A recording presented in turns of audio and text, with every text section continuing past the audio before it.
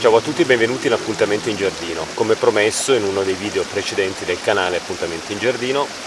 avevo detto che vi avrei portato davanti la fioritura della Muhlenbergia capillaris, questa graminacea molto affascinante in giardino, soprattutto nei mesi che caratterizzano fine estate, inizio autunno,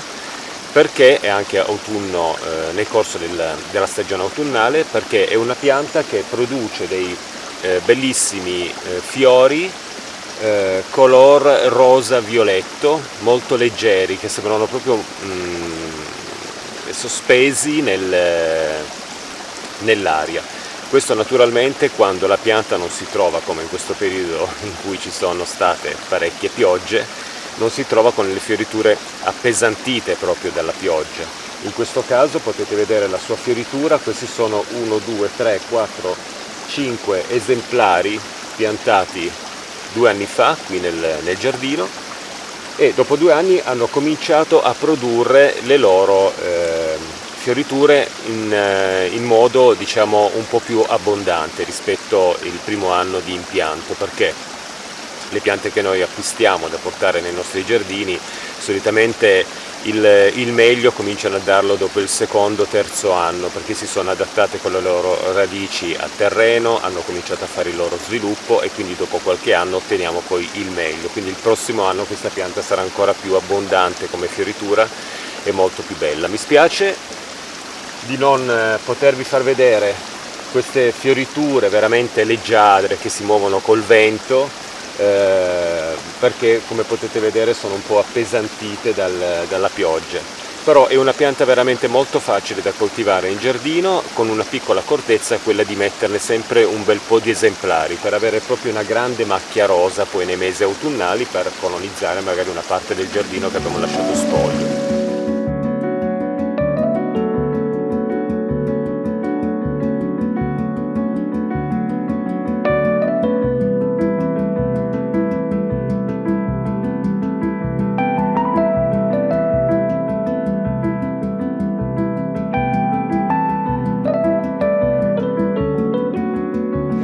Una pianta che si sviluppa, è una pianta estiva, quindi si sviluppa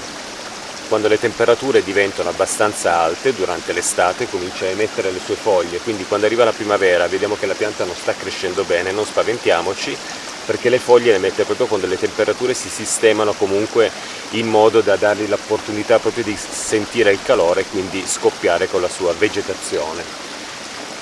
In autunno crea poi queste fioriture, fine estate comincia a produrre queste fioriture che sono veramente molto molto belle. Possono sembrare anche un pochettino insignificanti, soprattutto quando noi la coltiviamo in pochi esemplari, ma se ne prendiamo una decina e le sistemiamo in giardino, in autunno poi avremo questa grande macchia di colore rosa. Io credo che poi ne prenderò ancora qualcuna da aggiungere in modo da colonizzare questa zona proprio con una grande macchia rosa, poi al di sotto dell'erba della pampas, che invece quest'anno come fioritura lascia un po' a desiderare, perché i suoi fiori sono stati danneggiati un po' dalla forte umidità, dalle piogge, quindi non so se si possono vedere dall'inquadratura, però non sono proprio particolarmente attraenti quest'anno, non ci sono questi grandi ciuffi bianchi. Pazienza. È una pianta, la Muhlenbergia capillaris, che la possiamo coltivare in modo veramente molto semplice. È una pianta che gradisce dei suoli non assolutamente fradici, non gradisce un'umidità eccessiva, in natura vive anche lungo le strade, lungo i sentieri, quindi posti in cui la secchezza veramente del terreno si fa sentire. Quindi è una pianta che sopporta anche la siccità. Io infatti l'ho sistemato in questa parte del giardino che va a scendere, perché qui è un terreno che non prende tanta umidità, perché quando ci sono le piogge l'acqua tende a scivolare lungo il giardino, e infatti la zona centrale del mio giardino diciamo che è quella un po' più umida, questa è quella un pochettino più secca. Infatti qui ho sistemato Muhlenbergia capillaris,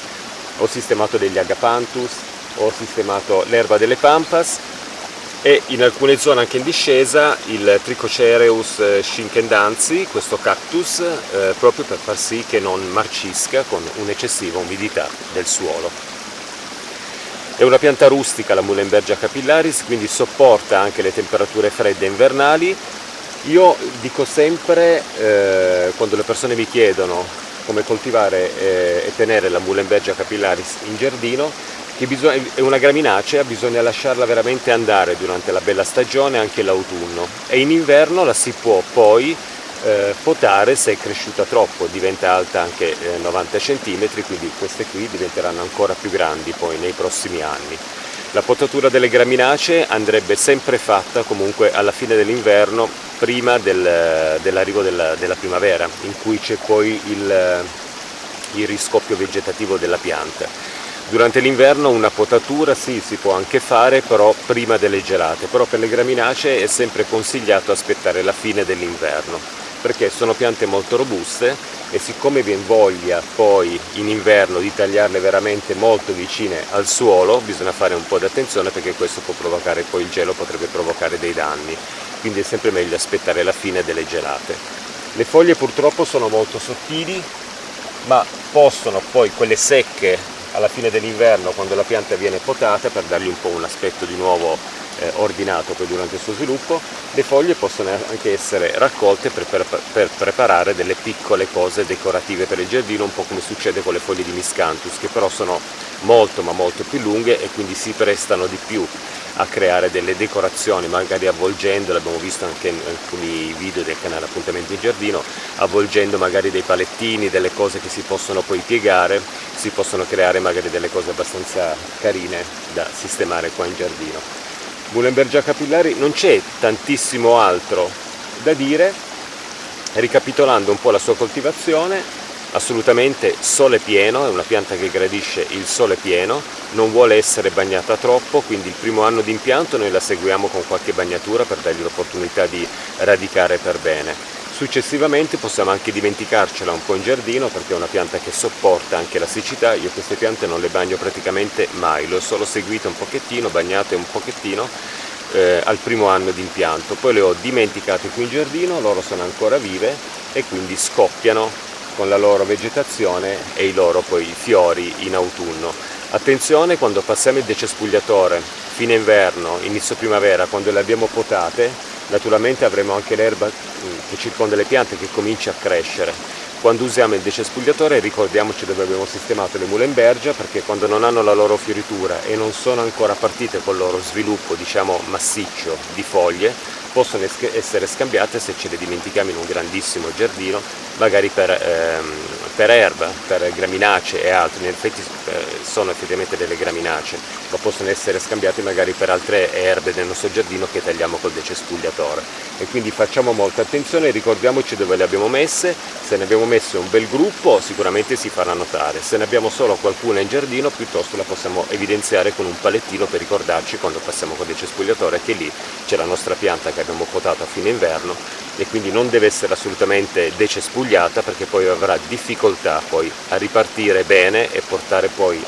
in autunno una bellissima fioritura. Questa è la Muhlenbergia capillaris, volevo parlarne, ve l'avevo promesso in uno dei video di Appuntamento in Giardino. Vediamo se magari poi tornare a inquadrarla quando non ci sarà più questa fortissima umidità che appesantisce un po' i suoi fiori e magari con una luce un po' diversa, perché il rosa veramente violetto, massiccio,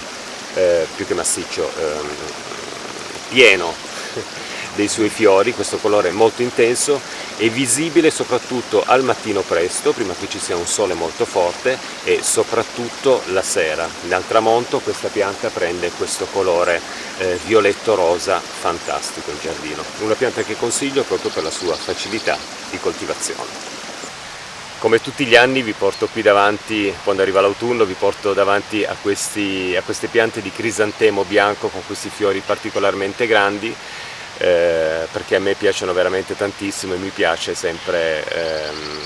diciamo inaugurare l'autunno con la bellezza dei crisantemi, fiori che qui vengono visti come fiori dei morti, ma in realtà in altri paesi del mondo questi rappresentano veramente la vita e a me piace guardarli come fiore che rappresenta la vita. Con questo io concludo questo video di Appuntamento in Giardino e ci vediamo presto sul canale Appuntamento in Giardino. Ciao a tutti e grazie come sempre.